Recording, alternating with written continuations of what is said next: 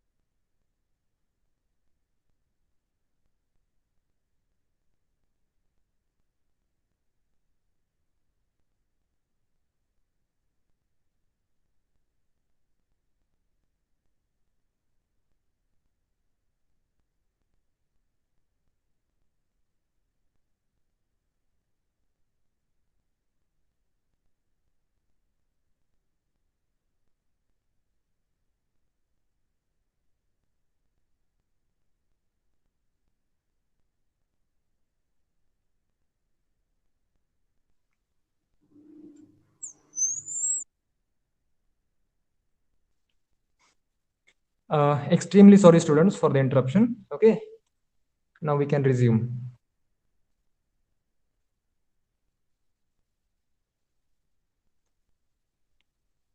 Am I audible? Yes. Okay. Samir, prefer chat box. Okay.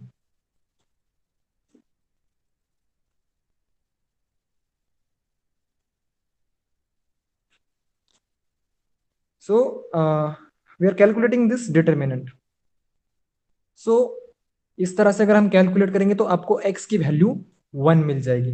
जब तक मैं गया था तो आप लोगों ने शायद सॉल्व किया होगा, तो आपको ये वैल्यू निकालना पता चल जाएगा. ओके, तो इसमें कुछ ज्यादा हार्ड नहीं है.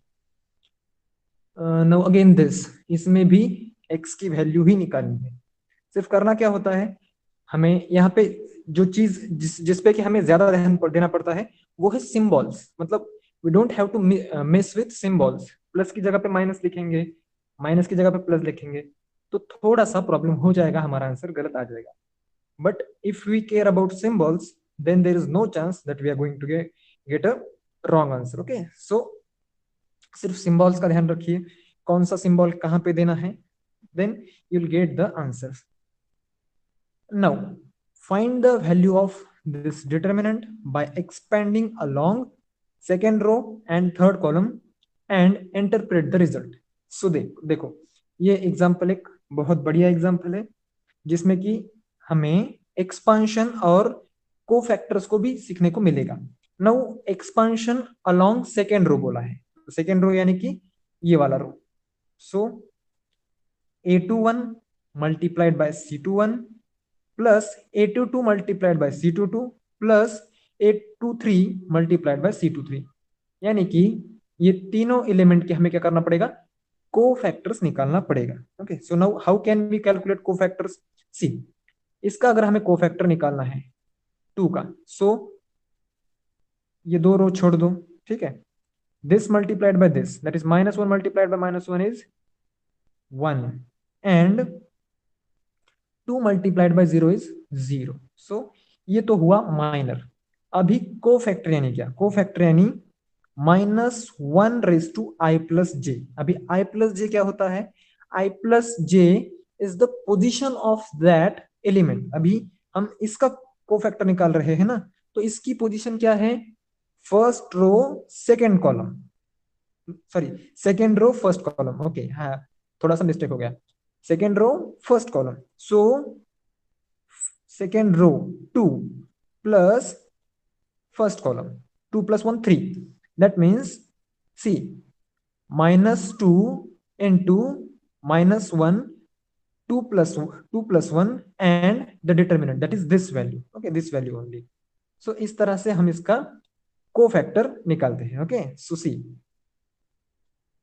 This is the cofactor and this is that element. ये क्या है, ये वो एलिमेंट है A21 and this portion is cofactor of this element. Similarly A22 that is 3 है यहाँ पे, तो 3 यहाँ पे लिख दिया और इसका भी क्या निकाला हमने, कोफैक्टर निकाला. सिमिलरली ये कॉलम हम छोड़ देंगे, ये रो छोड़ देंगे. 1 multiplied by -1 minus -2 multiplied by 2. So इसका डिटर्मिनेंट निकालना पड़ेगा एंड -1 रेज टू इसका position i plus j, that is second row second column. So ये -1 रेज टू 4 होगा जो कि 1 ही होगा. ओके, सो ठीक है, देखते हैं आगे क्या होता है.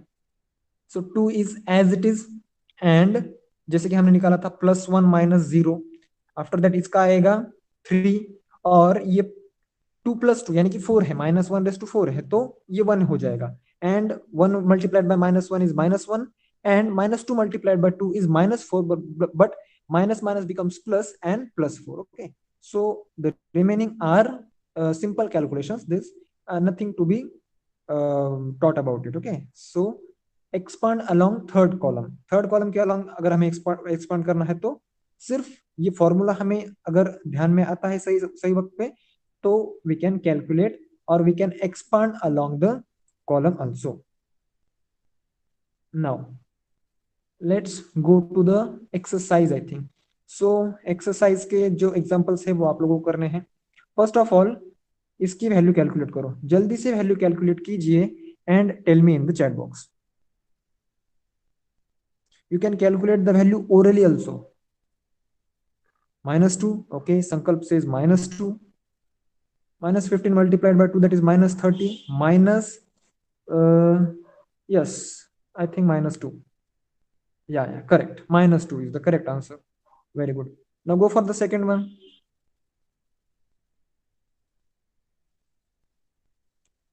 Go for the second one.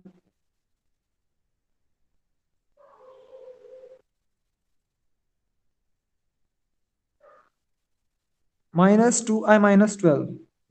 Okay, minus of 2i minus 12. Is that your answer, Sankalpa?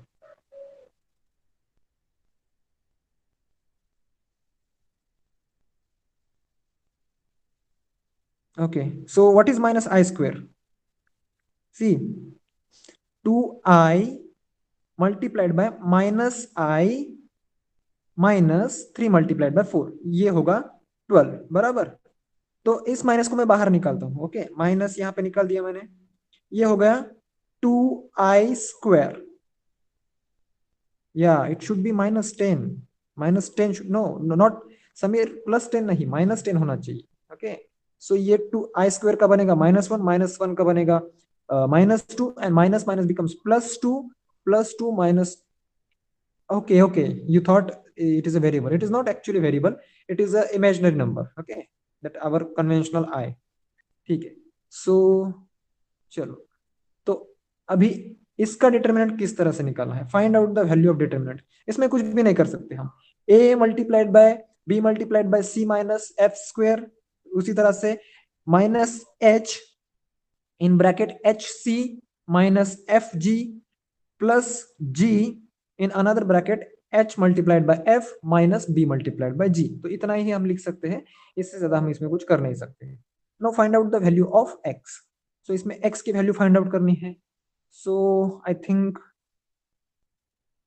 Calculate this one. ये थोड़ा सा इजी लग रहा है मुझे, 2 इंटू 2 है, तो ये तो ठीक है. ये कैलकुलेट करने की कोशिश करो. What is the value of x? Everyone just put your pen and notebook with you and try to solve it. Determinant एक ऐसा चैप्टर है, जब आप मतलब 11th में हो या फिर 12th में हो या फिर बाद में भी किसी कॉम्पिटिटिव एग्जाम की प्रिपरेशन कर रहे हो, सो डिटर्मिनेंट रहता ही है. And more more important thing is कि आउट ऑफ मार्क दे जाता है. मतलब जितने मार्क्स इस टॉपिक के लिए होते हैं, हमें कंप्लीट मतलब 100% मार्क्स मिलते हैं इस चैप्टर से. सो इसके लिए थोड़ा सा प्रैक्टिस की जरूरत है. ये मुश्किल नहीं है, कंफ्यूजिंग है थोड़ा सा, बराबर. So just try to calculate the value of x here. I'll also try to calculate along with you. Okay, so x multiplied by 5 plus 12, that is 5 plus 12 is the how much? 12. 12 plus 5 is 17. So x multiplied by 17 will be my first bracket. I think आप calculate कीजिए. -1 minus -1 को मैं plus कर दूंगा यहाँ पे. Okay, is it not 17? See, 5 multiplied by 1 is 5. Okay, and okay, sorry. Yeah, it should be -7. Yeah, I made a mistake. See, मैंने यहाँ पे गलती कर दी. कहाँ पे गलती कर दी? मैंने सिंबल्स में गलती कर दी. तो it should be -7. Thank you संकल्प. चलो, नाउ प्रोसीड. सी, -1 का मैंने यहाँ पे +1 कर दिया, और 2x multiplied by 5, that is 10x. 10x लिख दिया मैंने यहाँ पे. अब +9, I think, is it? 3 multiplied by 3 is 9, that is -9. minus plus, again +2 लिख दिया मैंने यहाँ पे. 2x multiplied by 4, that is -8x, and 1 multiplied by 3, that is 3, is equals to 29 है, ये समझ लीजिए. Okay, now -7x. अभी इस 1 को मल्टीप्लाई करने का 10x के साथ में. सो 10x प्लस 9, ये 2 मल्टीप्लाइड बाई 8x बनेगा 16x. सब लोग सॉल्व करो. आर्या, समीर, संकल्प is also solving I think. 2 multiplied by 6, 2 multiplied by 3 is -6 is equals to 29 होता है. अब तक आप लोगों का आंसर आ जाना चाहिए. नोटबुक पे हम फास्ट सॉल्व कर सकते हैं, isn't it? I'm waiting for your answers, okay? आप लोग आंसर दीजिए, मैं तो सिर्फ कैलकुलेट कर रहा हूँ. Okay, you also made a mistake. Yeah, that is quite obvious in this chapter. Okay, so you just have to be little careful. ठीक है. Continue संकल्प. 7 minus 7x minus 16x, that is 23x I think, and 23x plus 10x, that is 13x. So 13x will be minus 13x. मैंने इन तीनों को एक साथ calculate कर लिया. बराबर. 13x correct. Yes correct. So 9 minus 6, that is 3. So 3 will be here, and that will be plus 3. Plus 3 is here, and 29. So 13x is equals to 26. X is equals to -2. So मेरा और समीर का answer आया है x is equals to -2. What about you and Arya? Sankalp and Arya, you people are also getting the same answer, x is equals to -2.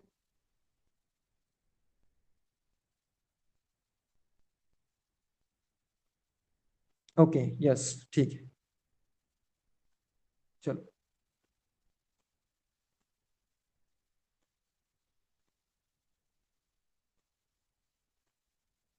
Now let's take this example.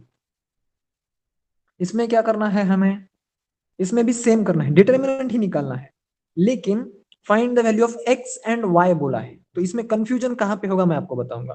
पहली चीज sign conventions, मतलब कि कहां पे कौन सा sign देना है ये रहेगा.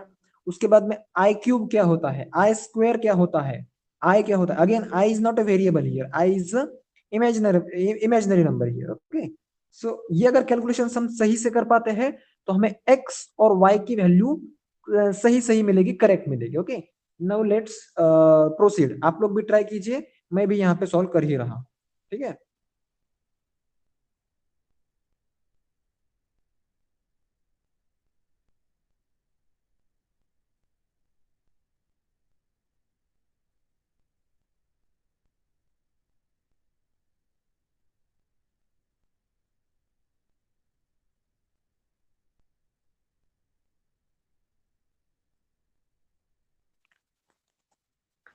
तो सी जल्दी जल्दी कैलकुलेट कीजिए आप लोग, मुझे टाइम लगेगा यहाँ पे लिखने के लिए. 4i 3i square, I square बनता है -1, -1 यानी कि ये -3 बनेगा, और -3 multiplied by I is -3i. यहाँ पे -3i रहेगा ये. बराबर. अभी ये 4 मल्टीप्लाइड बाय 3 होता है 12, पर -12 हमें करना है तो माइनस माइनस बनेगा प्लस. सो मैं यहाँ पे लिखूंगा +12. नाउ फिर से माइनस, और यहाँ पे आई क्यूब है तो आई क्यूब का बनता है -i. ओके, आई क्यूब का क्या बनेगा, -i बनेगा, -1 नहीं बनेगा, -i बनेगा आई थिंक. यस. सो मैं यहाँ पे लिखूंगा +i. क्यों +i? क्योंकि यहाँ से पहले ही माइनस का सिंबल होता है, तो माइनस माइनस प्लस हो जाएगा, तो ये +i. And this 1 multiplied bye i is i only. Correct. And this 4 multiplied by 5 is 20. See, this multiplied by this. Now plus, मैं प्लस करूंगा फिर से यहाँ पे 2i. now 2i is here, and 2i इसके बाद में -3. अभी ये 3i स्क्वायर का बनेगा -3, -3 मल्टीप्लाइड बाय 5 बनेगा -15, माइनस माइनस +15 यहाँ पे लिखा जाएगा. Okay, is equals to x plus i y है, जो कि मुझे अभी फिलहाल लिखने की जरूरत नहीं लग रही है. ठीक है. सो -4i मल्टीप्लाइड बाय -3i, तो ये बनेगा 12 I think. 12, yes. i multiplied by i will be -1, and this minus that makes it 12 only. So -4i plus 12, that is 4 12 जा और 12 4 जा 48, 48 I hope I'm going in a correct direction. This I multiplied by I, that is -1. Okay, this I multiplied by I is -1, and this 20 multiplied by I is -20i. मैं यहाँ पे इसको निकाल देता हूँ, -20i. You all are solving with me, okay? So you have to write the value of x and y if you got the answer. Now come to this bracket. 2i multiplied by -3, that is -6i. Okay, you are making some mistakes, so try again, keep trying. So 2i multiplied by -3 is -6i, and 2i multiplied by 15 is 30i, that is positive 30i. X is equals to 11 is your answer. Okay, what is y? See now i की terms हम यहाँ पे देख लेते हैं. ये एक आई की टर्म है, ये एक आई की टर्म है, और ये बाकी भी आई की ही टर्म्स है. y is equals to 51 or 52. Okay, correct. I think correct it is. So see, -20 -6, that becomes -26. -26 plus 30, that is +4, and +4 plus 48, that is 52i. 52i हो जाएगा यहाँ पे, plus -12 -1, that is 11. Okay, so 11 यहाँ पे देखो, real part is this and imaginary part is this. So x की वैल्यू रहेगी 11 एंड y की वैल्यू रहेगी 52. Okay, so this is how we calculate the answer. Arya और समीर, अगर आप लोगों ने लिख नहीं लिया है तो ये जल्दी से लिख लीजिए. ओके, 10 सेकेंड्स में जल्दी जल्दी लिख सकते हो आप लोग. x is 11, y is 52. हो गया, चलो. I'm erasing this. Now, what is next question? Find the minor and cofactor of the element of determinant. Okay, so ये बहुत ही easy question है, जिसमें कि हम टाइम बिल्कुल वेस्ट नहीं करेंगे. आप लोग यहाँ पे इसको सॉल्व कर सकते हो घर पे. Evaluate A, also find minor and cofactor of element in the second row of determinant and verify this as a. Okay, ये हमें वेरीफाई करना है. Value of A is equal, मतलब ये ए की वैल्यू के बराबर आएगा. ए की वैल्यू क्या है? ए की value is nothing but the value of determinant. Okay, determinant की वैल्यू ही हमें यहाँ पे लिखनी है और इसका रो ट्रांसफॉर्मेशन करना है. इसमें थोड़ा सा चेंज क्या है, यहाँ पे सिंबल चेंज किए, तो सिंबल चेंज किए तो इससे इन वैल्यूज पे कोई फर्क नहीं पड़ेगा. A21 पे, M21 पे कोई फर्क नहीं पड़ेगा, ये एज इट इज रहेंगे. सिर्फ फॉर्मूला में हमें डालते वक्त ही सिंबल लिखनी है. Okay, now similarly for be also कुछ भी नहीं है, ये फॉर्मूला है. इसमें इसके हर एक वैल्यू हमें निकालने हैं, minors and cofactors, and we just have to put all them in the formula, and value of A is nothing but the value of this determinant. So yes, you can solve this also. Now let's come to the next part, that is find the value of determinant expanding along third row, third column. Third column के along हमें expand करके इसकी value निकालनी है. Third column के along expand करके value निकालनी है, यानी क्या करना है? A31, no, I think A13 it is, not A31.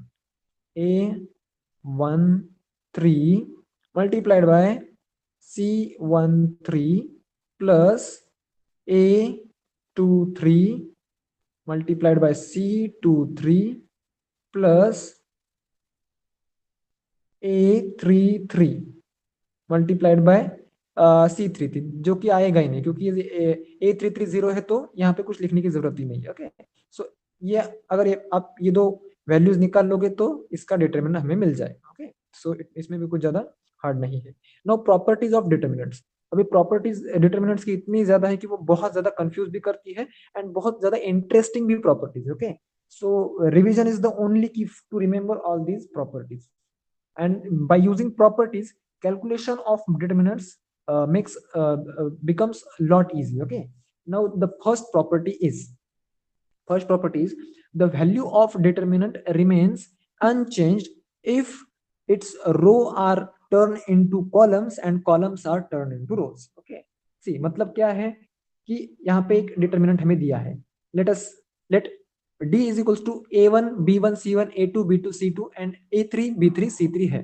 Okay, सो अगर मैं इसको इस तरह से भी लिखता हूं, like A1 B1 and C1 A2 B2 C2 and A3 B3 and C3.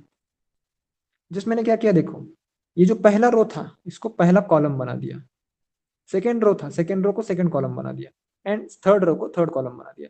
तो भी डिटर्मिनेंट की वैल्यू पे कोई चेंज नहीं आएगा, सेम ही वैल्यू हमें डिटर्मिनेंट की मिलेगी. जब हम कुछ एग्जांपल्स देखेंगे तो उसमें ये प्रूफ भी हो जाएगा. Okay, so let us see if they have given any example or not.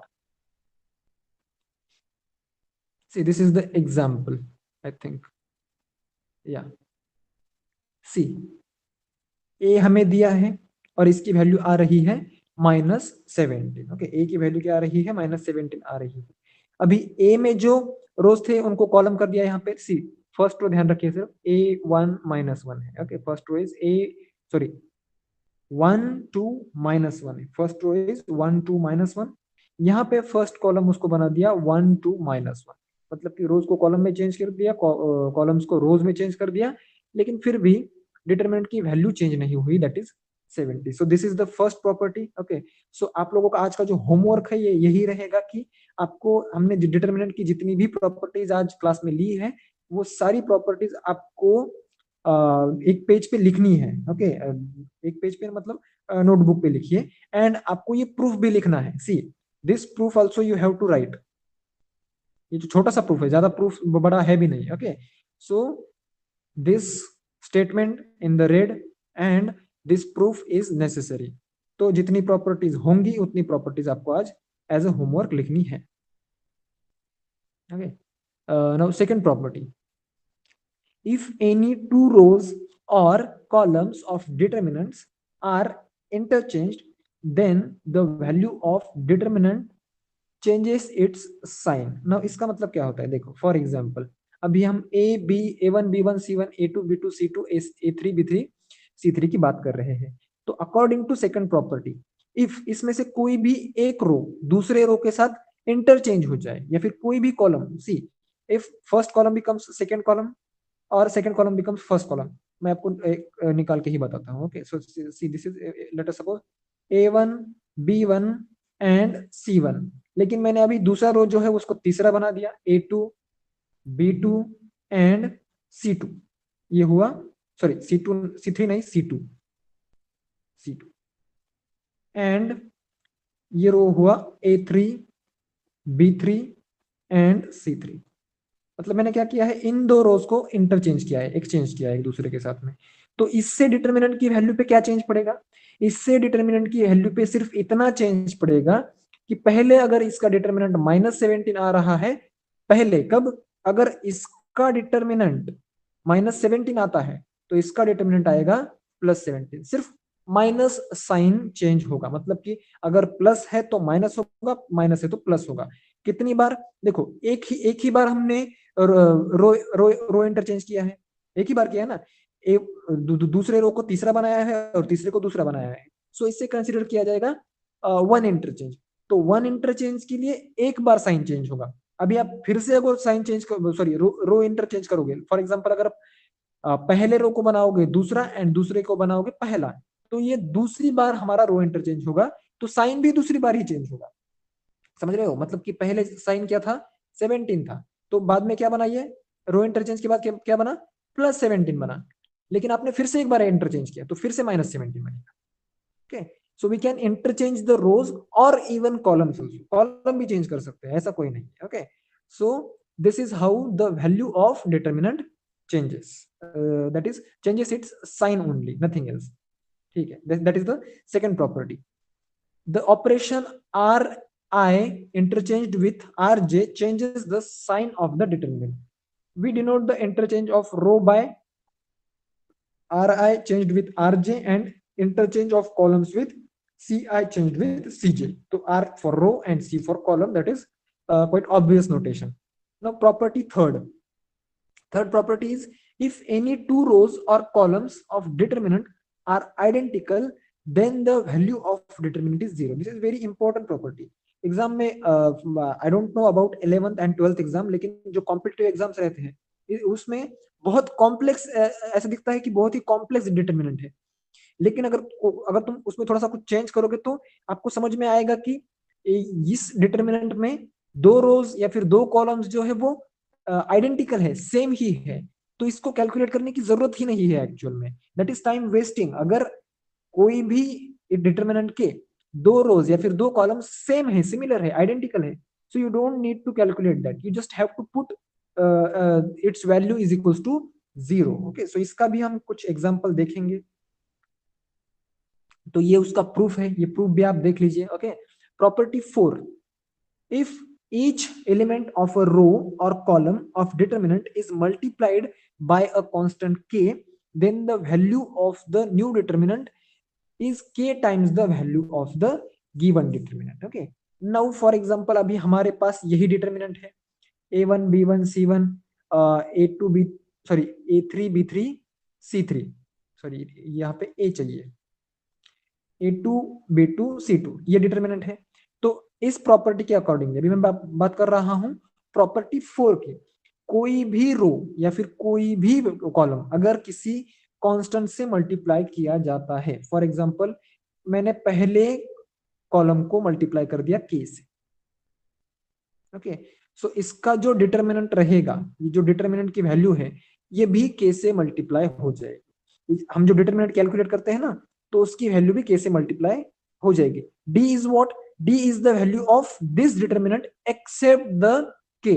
सी, ये जो डिटर्मिनेंट पहले था ना हमारा, इसकी वैल्यू थी d, लेकिन इस डिटर्मिनेंट के अंदर हमने एक कॉलम को k से मल्टीप्लाई किया, k इज अ कांस्टेंट, सो उस डिटर्मिनेंट को भी उसी वैल्यू से हमें मल्टीप्लाई करना पड़ेगा. That is going to be equal not only row, sorry not only column, any row also. अगर आप यहाँ पे भी k से मल्टीप्लाई करते हो, ओके, सो ये हमें कट करना पड़ेगा.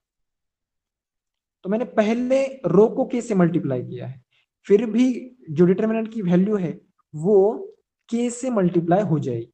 This is the value of determinant and that is going to be multiplied with the constant k with which we are multiplying to any row or column. See, यहाँ पे देखो, the operation ri changed with kri, मतलब कि k से multiply करके या फिर हमने रो i को हमने k से मल्टीप्लाई किया है, तो it gives the multiple of the determinant by k, मतलब कि डिटर्मिनेंट की वैल्यू भी k के मल्टीपल में आ जाएगी.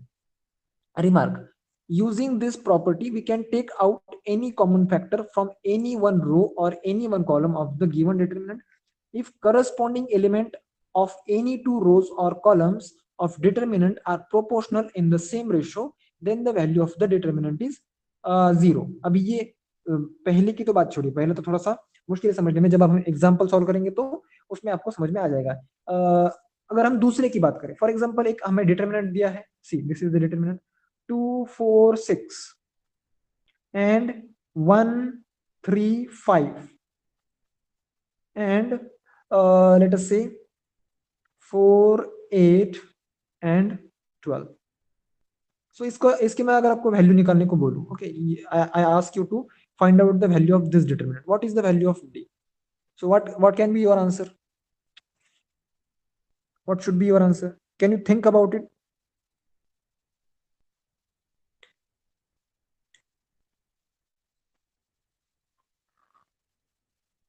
क्या आप कुछ सोच पा रहे हो जो हमने लास्ट प्रॉपर्टी देखी उसमें से कुछ? Yes, no, how can be the value of determinant calculated easily. देखो, मैं इस 4 को क्या लिखूंगा, सॉरी मैं इस 4 को लिखूंगा 2 मल्टीप्लाइड बाय 2, 8 को लिखूंगा 2 मल्टीप्लाइड बाय 4 एंड 12 को लिखूंगा 2 multiplied by 6. Can I write like this? Yes I can. Is it बराबर? No response from anyone. Sameer, Sankalp, Arya. Okay, Sameer Singh yes. Sankalp, can you hear me? Arya, are you people with us?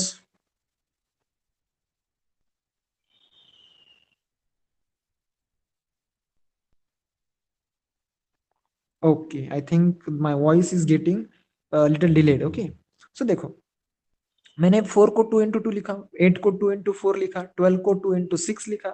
तो इस 2 को मैं common निकाल सकता हूँ. कॉमन निकाल सकता हूँ मतलब मैं इसको, इस 2 को यहाँ पे लिख दूंगा.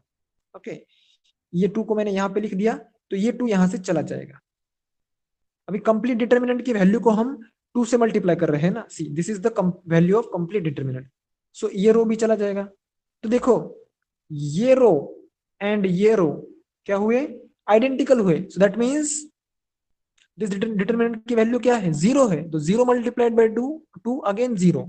तो यही हमें सेकंड रिमार्क में कहा गया है कि अगर there is some relation between any two rows, मतलब कि सेकेंड रो जो है वो फर्स्ट रो के डबल है, ट्रिपल है, या फिर ऐसा कुछ सिमिलरिटी है उसमें, तो भी डिटर्मिनेंट की वैल्यू क्या आ जाएगी, जीरो ही आ जाएगी. Okay, so you can calculate and सी.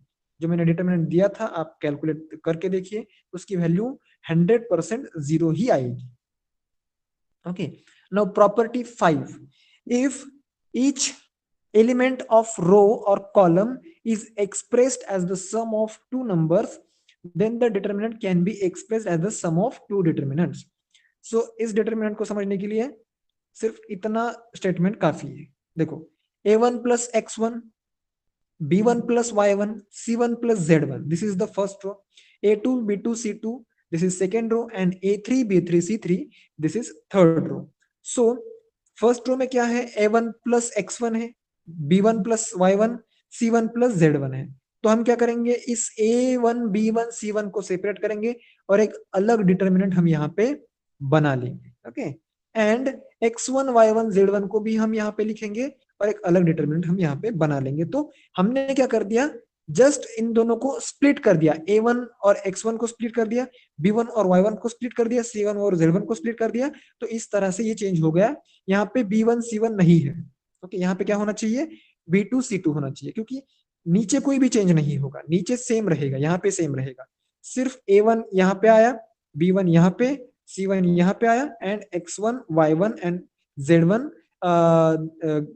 दूसरे डिटर्मिनेंट में चले गए. Okay, so this is how we can split that also. ठीक है, तो इसका यूज क्या है ये प्रॉपर्टी का, जब हम एक्चुअल में प्रॉब्लम सॉल्व करेंगे तो हमें ये प्रॉपर्टी यूजफुल है ऐसा समझ आएगा. Okay, now property 6, if a constant multiple of element of any row is added to the corresponding elements of any other row, then the value of the new determinant so obtained is the same as that of the original determinant. The operation ri changed with ri plus krj does not change the value of determinant.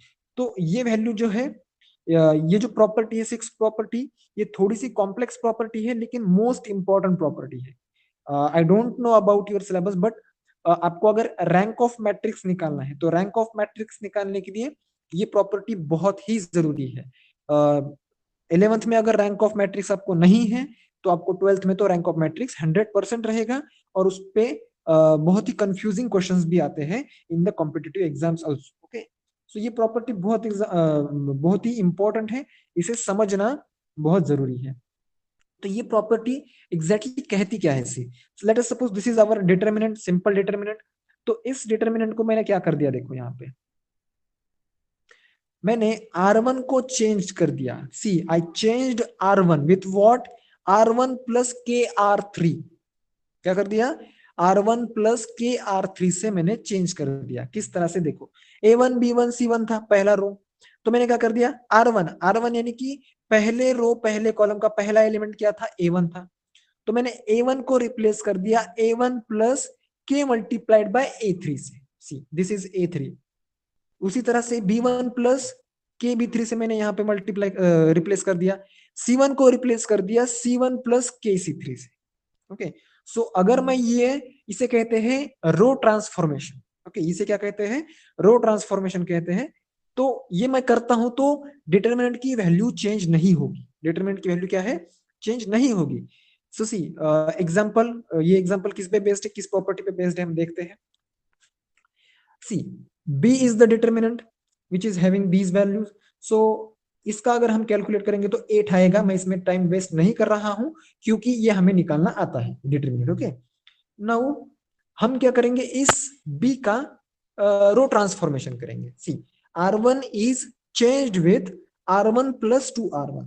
अभी one one को क्या करना है, हमें one को change करना है। किस तरह से चेंज करना है, 1 plus 2R2। R2 is what, row second, row two में पहली वैल्यू क्या है, 1 है, तो 1 multiplied by 2, -1 × 2 is -2, correct. So हमें 1 को रिप्लेस करना पड़ेगा 1 - 2 से, तो यहाँ पे -1 आएगा। ठीक है, सी 1 मैंने लिख दिया, दिस 1, एंड 2R2 की मैंने पहली वैल्यू, that is first row second row first column की वैल्यू मैंने यहाँ पे लिख दी। सिमिलरली R1 को हमें कंप्लीटली चेंज करना है ना, तो ये 2 आएगा यहाँ पे, ये जो फॉर्मूला का 2 है ये यहाँ पे, और ये जो 2 था ये यहाँ पे आएगा। Okay, so again this three is here, ये फॉर्मूला का 2 यहाँ पे है, एंड मैं क्या करूंगा यहाँ पे 1, ओके यहाँ पे 0 कहाँ से आया, sorry I am messing it up. Okay, so ये जो 2 था ना, ये 2 यहाँ से आया है सेकेंड रो से, और ये जो 0 है ये भी सेकेंड रो से आया है। मैं बोल रहा था आपको कि थर्ड रो से आया है, थर्ड रो से नहीं, वो सेकेंड रो से आया है, क्योंकि यहाँ पे R2 लिखा है ना। And not only this, okay, so देखिए यहाँ पे 2R2 ही हो जरूरी नहीं है, यहाँ पे 1/2R2 भी हो सकता है, 1/3R2 भी हो सकता है, 4R2 भी हो सकता है, मतलब कुछ भी हो सकता है। तो इससे डिटरमिनेंट की वैल्यू चेंज नहीं होती है, ये हम देखने की कोशिश कर रहे हैं। तो इसको अगर आप सिंप्लीफाई करोगे इस कंप्लीट रो को, सो यहाँ पे -1 है, 2 + 2 multiplied by 2 that is 4 + 2 is 6, 3 + 2 multiplied by 0 is 3 only, so यहाँ पे 3 आ गया।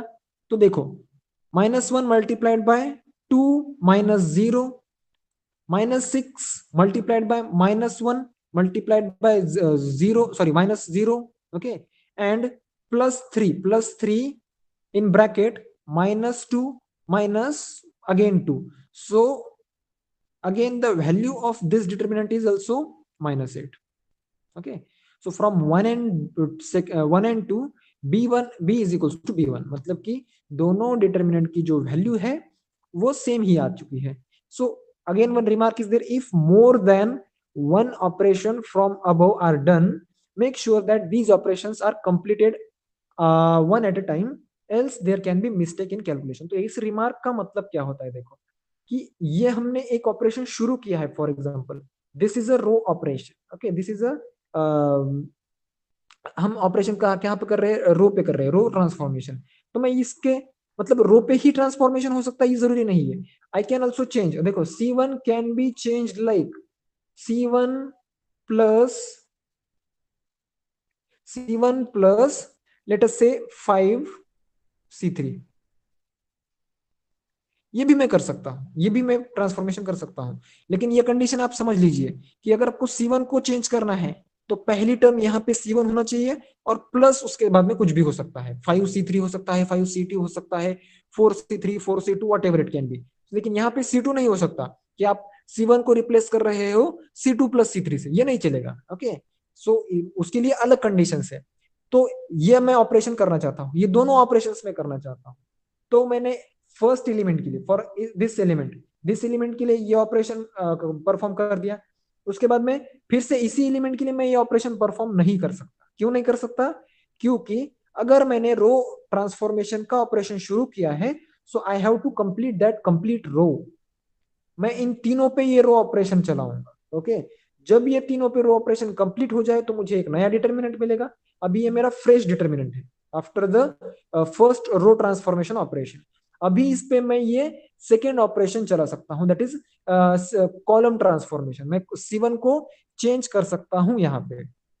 ठीक है, तो C1 को चेंज करने के लिए क्या करना पड़ेगा मुझे, इस कॉलम को मैं ट्रांसफॉर्म करूंगा, बराबर, इस कॉलम को मैं ट्रांसफॉर्म करूंगा। तो कॉलम को ट्रांसफॉर्म करते वक्त मुझे तीनों एलिमेंट्स को करना है, एक एक का रो ट्रांसफॉर्मेशन एक का कॉलम ट्रांसफॉर्मेशन नहीं चलेगा। when you are doing the row or column transformation, you have to do that for complete row or column, not for a single element or two elements of that row. Now main diagonal of the determinant. The main diagonal, principal diagonal of the determinant is the collection of entries aij where I is equals to j. तो simple language में अगर आपको मैं बताऊंगा तो that is the your main diagonal. See, this is the main diagonal, -1 2 1. तो इसमें एक इंटरेस्टिंग चीज क्या है, देखो -1 किस पोजीशन पे है, 1 1 पोजीशन पे है, फर्स्ट रो फर्स्ट कॉलम में है, first row and first column में है। 2 की पोजीशन क्या है, 2 की पोजीशन है second row, see second row and second column है ना, बराबर। और 1 की पोजीशन फिर से क्या है, 1 की पोजीशन भी है third row third column, that is 3 3। So इसे हम कहेंगे मेन डायगोनल एलिमेंट्स, ओके, और the diagonal elements. Main diagonal जो हमने पढ़ा वो यही था जो मैंने आपको अभी अभी बताया, okay. Now see for this particular determinant, main diagonal will be a11 a1 a22 and a33. so these are the element of main diagonal, ठीक है। सो इस तरह से हम मेन डायगोनल को आइडेंटिफाई करते हैं। अभी मेन डायगोनल का यूज क्या है, मेन डायगोनल का यूज हमें कई सारी चीजों में होता है, जैसे कि ट्रेस ऑफ मैट्रिक्स निकालना हो या फिर eigen values if you have that in syllabus, okay. So इन चीजों के लिए हमें डायगोनल एलिमेंट्स की जरूरत पड़ती है। तो ये सब चीजें हुई, तो सिक्स प्रॉपर्टीज हुई है Sameer, okay, 6 properties are there. So you have to write, वैसे संकल्प को और आर्या को भी लिखना ही है, अगर वो यूट्यूब पे देखें तो ये तो अच्छी बात है, नहीं तो उनको भी ये 6 प्रॉपर्टीज नोटबुक में लिखना है और आपको एज अ होमवर्क अपलोड करना है, ठीक है। From the 7th property will see in the next class, okay. So I think that is it for today's class, Samir. Thank you and bye bye. Chalo.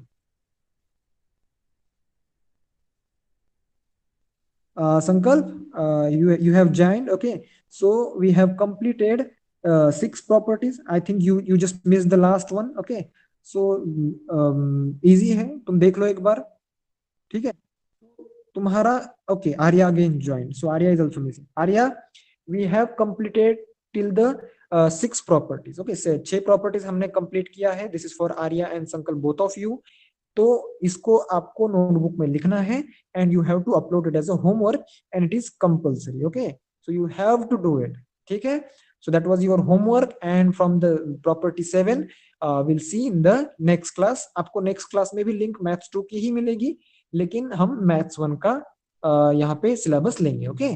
So that is it for today. Thank you, bye bye, and I will see you in the next lecture. चलो bye bye, thank you.